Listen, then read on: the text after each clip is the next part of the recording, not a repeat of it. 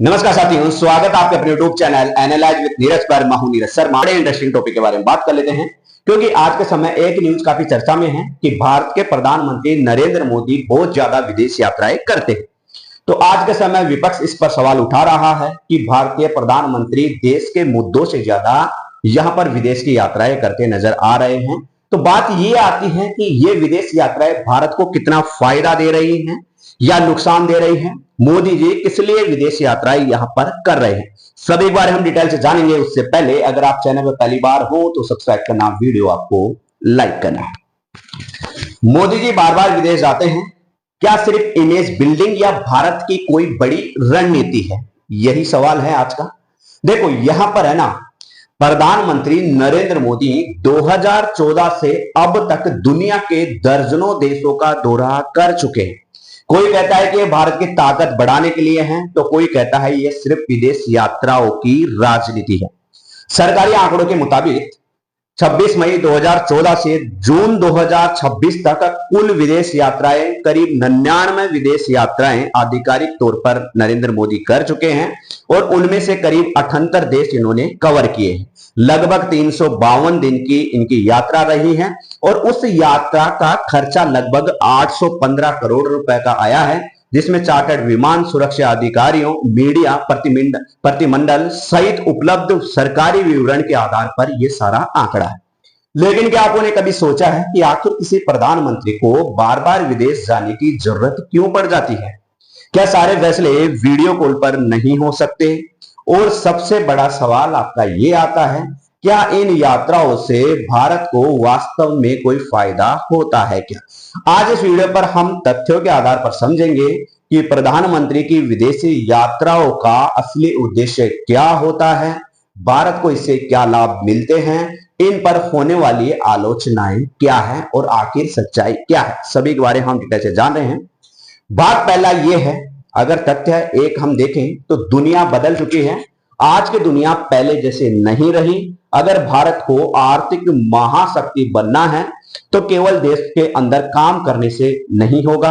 आज व्यापार, निवेश, रक्षा, तकनीकी, सेमीकंडक्टर, एआई, तेल, गैस और सप्लाई चेन सब कुछ अंतरराष्ट्रीय सहयोग पर निर्भर करता है। यही कारण है कि दुनिया के लगभग सभी बड़े देशों के नेता लगातार विदेश यात्राएं करते रहते हैं। भाग दूसरा यह है, तथ्य दो यह है कि निवेश लाना। मान लीजिए कोई बड़ी कंपनी भारत में 50,000 करोड़ रुपए का प्लांट लगाना चाहती है, तो क्या केवल ईमेल भेजकर यह फैसला हो जाएगा क्या? अक्सर ऐसा नहीं होता। बड़े निवेश के लिए देशों के शीर्ष नेताओं की मुलाकात भरोसा बढ़ाने में भूमिका निभाती है। विदेश यात्राओं के दौरान बिजनेस समिट आयोजित किए जाते हैं, जहां कंपनियों को भारत में निवेश के लिए आमंत्रित किया जाता है। अगर निवेश बढ़ता है तो फैक्ट्री, रोजगार और निर्यात यहां पर बढ़ सकते हैं। दूसरा कारण यह है कि रक्षा और सुरक्षा। भारत की सीमाएं चीन और पाकिस्तान जैसे परमाणु हथियार संपन्न देशों से लगती है, इसलिए रक्षा सहयोग बेहद महत्वपूर्ण है आज के समय। विदेश यात्राओं में आधुनिक हथियारों, रक्षा तकनीकी, संयुक्त सैन्य अभ्यास, समुद्री सुरक्षा और आतंकवाद विरोधी सहयोग जैसे विषयों पर चर्चा होती है। तीसरा कारण यह है तेल और ऊर्जा का। भारत अपनी जरूरत का अधिकांश कच्चा तेल विदेशों से खरीदता है। अगर तेल की सप्लाई रुक जाए तो पेट्रोल, डीजल और गैस के दाम तेजी से बढ़ सकते हैं।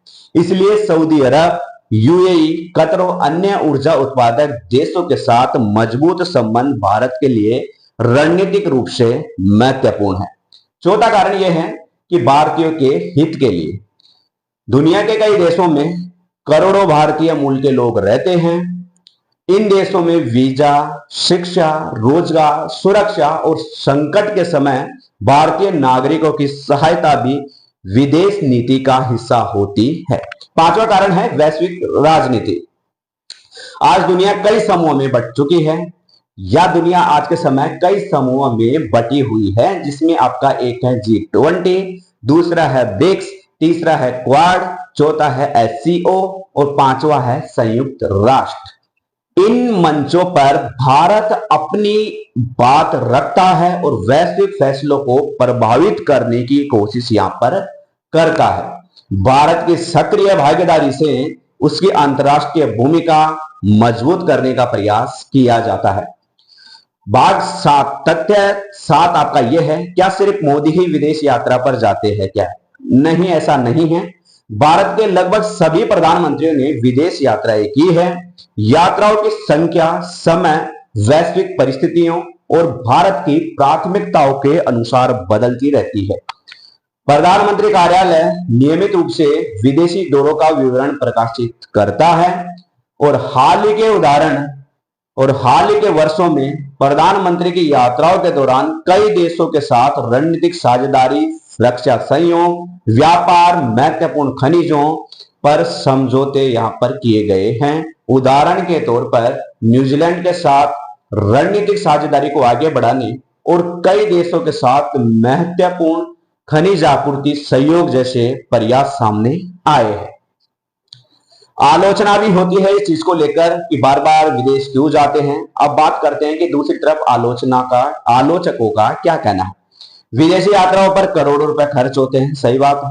देश के अंदर बेरोजगारी, महंगाई और अन्य समस्याओं पर ज्यादा ध्यान दिया जाना चाहिए, यह आलोचकों का कहना है। हर समझौते जमीन पर उतरे यह जरूरी नहीं होता, यानी विदेश यात्राओं की सफलता का आकलन केवल घोषणाओं से नहीं बल्कि उनके वास्तविक परिणामों से किया जाना चाहिए।